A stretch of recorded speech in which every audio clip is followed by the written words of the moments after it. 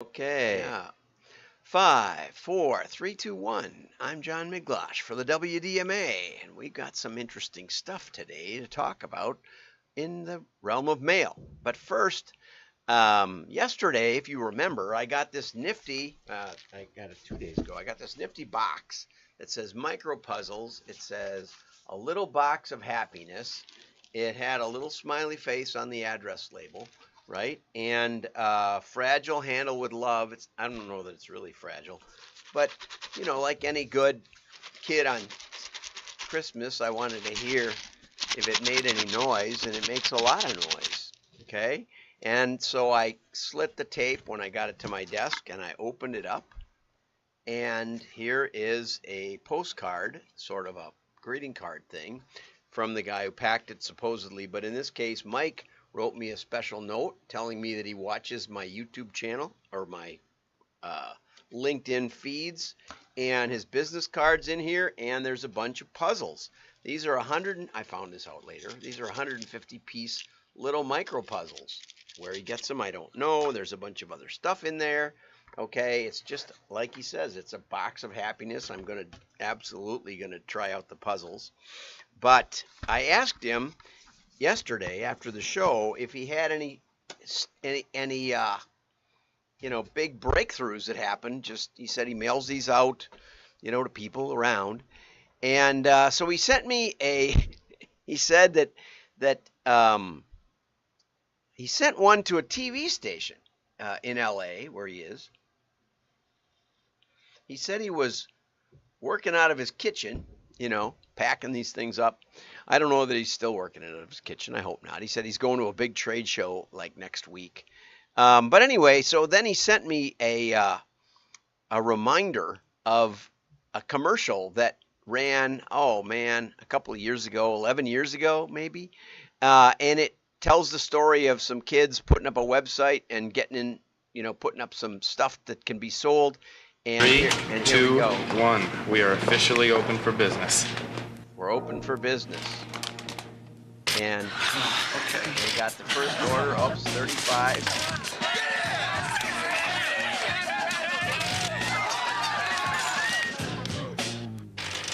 Now facing a virtual reality, 100,000, 300,000. Plan for it, manage it, all of a sudden, how in the world can we fill those orders? Than right? anyone.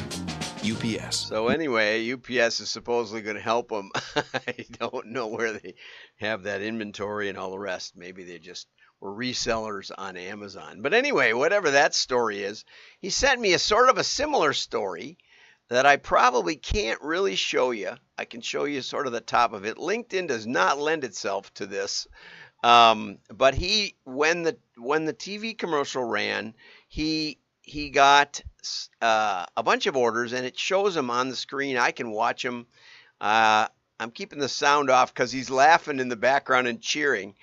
But it shows the visitors to the website, 11,000. It shows the orders, 50 some up here.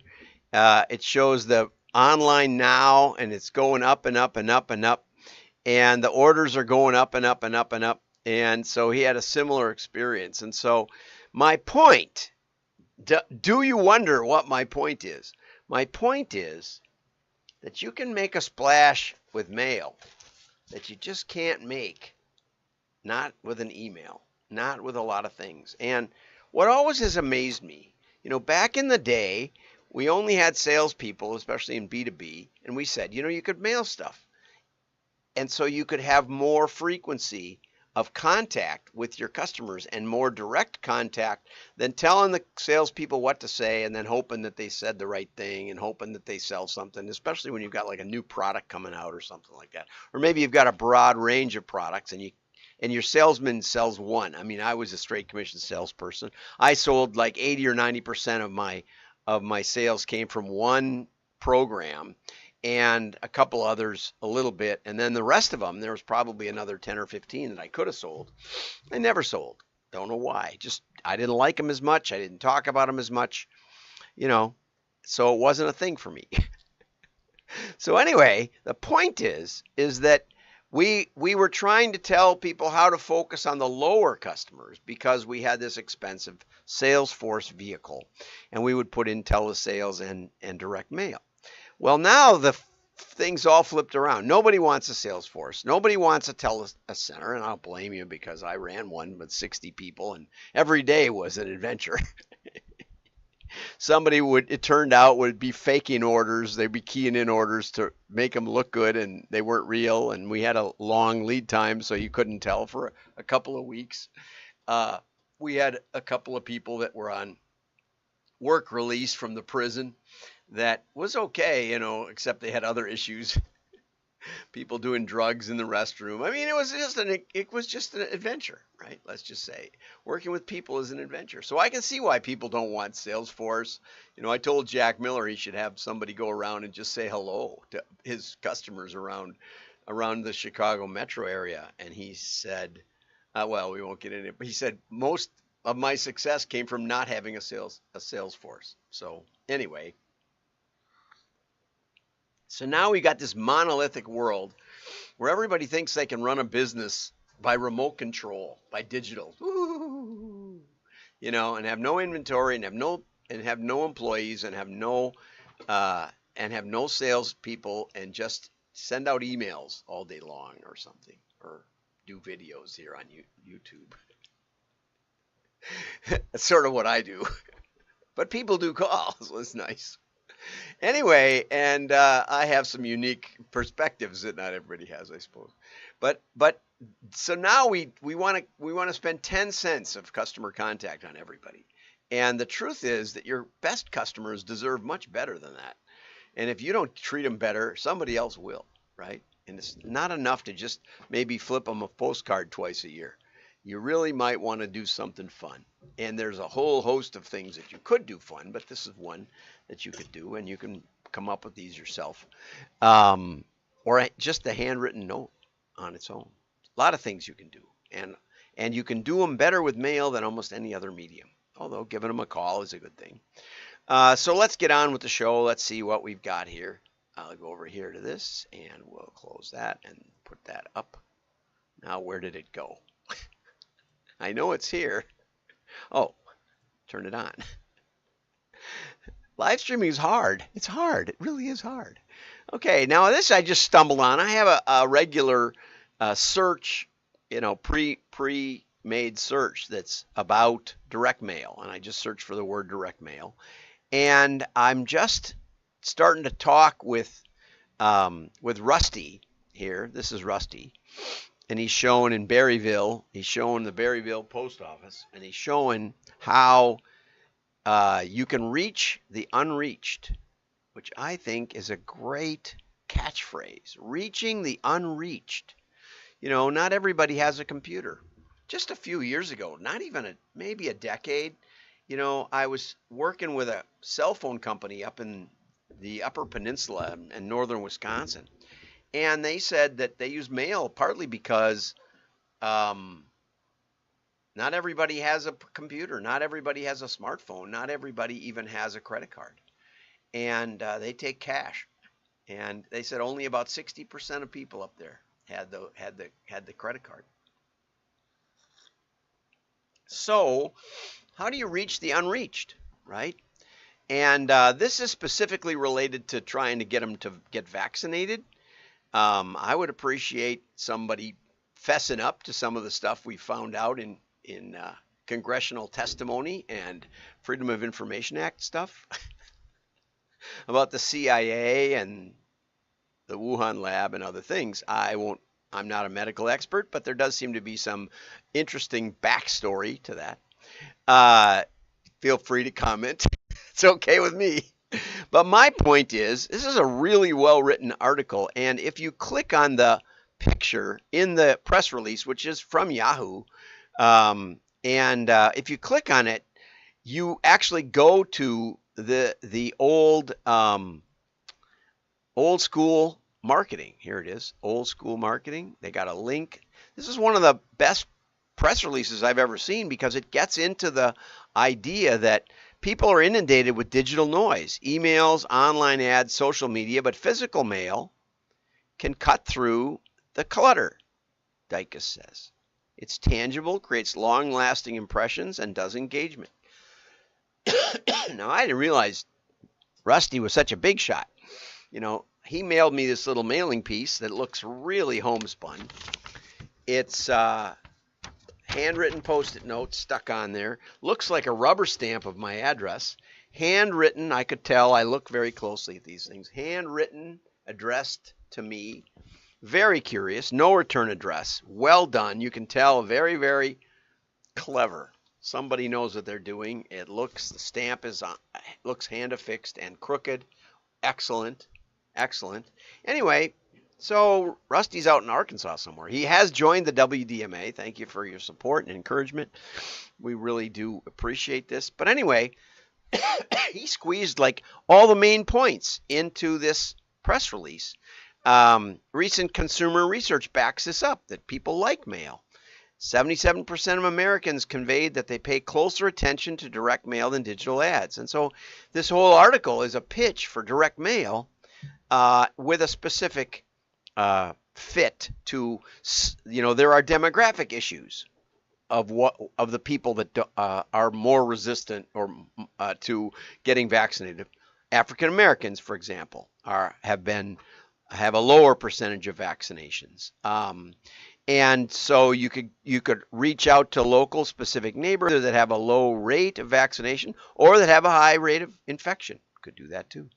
So anyway, he makes all the points, but it's in a newsworthy package. One of the keys to getting something read. And so excellent. Well done, Rusty. Okay. And here's another one by Jacqueline Johnson Leister. And she's from Sequel up in Minnesota, who I feature a lot, but is not a supporter of the WDMA, other than they have great content. And she points out that retail mail is still one of the most successful customer acquisition channels. And she cites a 2023 direct marketing benchmark report. And I thought, well, how ducky. Isn't this great that somebody produces all these nice slides so that she can grab them and write an article? Well, and then I found out she was from Sequel, and Sequel did the report, so it is fair. Repackaged. But 70% of marketers are reporting an increase in direct mail effectiveness, okay? And 90% said, 90% of the survey respondents, who mainly were from retail, it turns out, 90% of the respondents indicated they have increased or maintained direct mail investments in the last year, up 3% from last year. Mail budget increases were higher than SMS, CTV, basically cable or over the air TV, paid search, programmatic, display, and SEO strategies.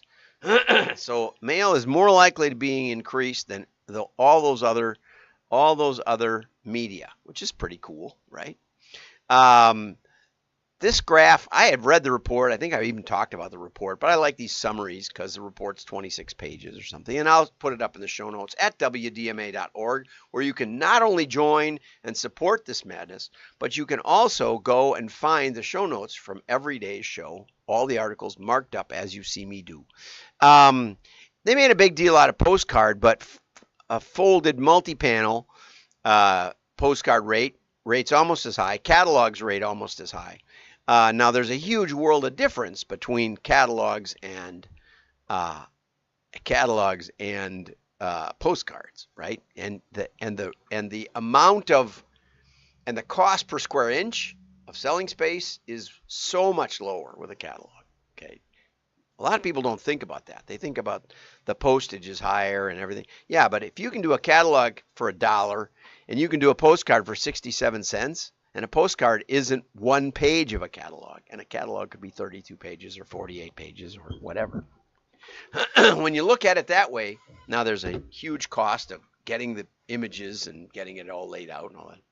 But once you do, and you can reprint it and put a new cover on it every now and then, you can see that there's a huge value in a catalog, probably a much greater value, and customers acquired with catalogs tend to have a really good return on downstream purchase. So, marketers indicated that automated direct mail is most likely to be tested. I kind of look at that retargeting with mail as a gateway drug for mail. So you start with a postcard, you start retargeting with mail. Now, in the Lovesac case, we were doing a catalog because someone else told them they should, which probably was true, but they were doing a terrible job. And we fixed a lot of that, and then they got into postcards. But now I understand they have gone back to a catalog. I think Brian Dillette at LS Direct, who's a friend and worked with me at Lovesac, but doesn't also call you out. Call you out, you industry leaders. And a special thanks to Direct Mail 2.0, who just joined the supporters. Wonderful. You know, you can't do a booth at a convention for this kind of coverage. Okay, and so this one was funny. Optimal number of touch points. You know, I had a client. I don't know if they were a client. It was Joe Cita. I'll put him in here. I don't think he's pretty much out of the social media world now, but Joe used to have a sweepstakes deal with jewelry, and they would mail an active sweepstakes participant. They would mail them twice a week, and so they would mail people over 100 times a year. Where this says that the optimal is probably 2 to 3 or 4 to 5 pieces a year.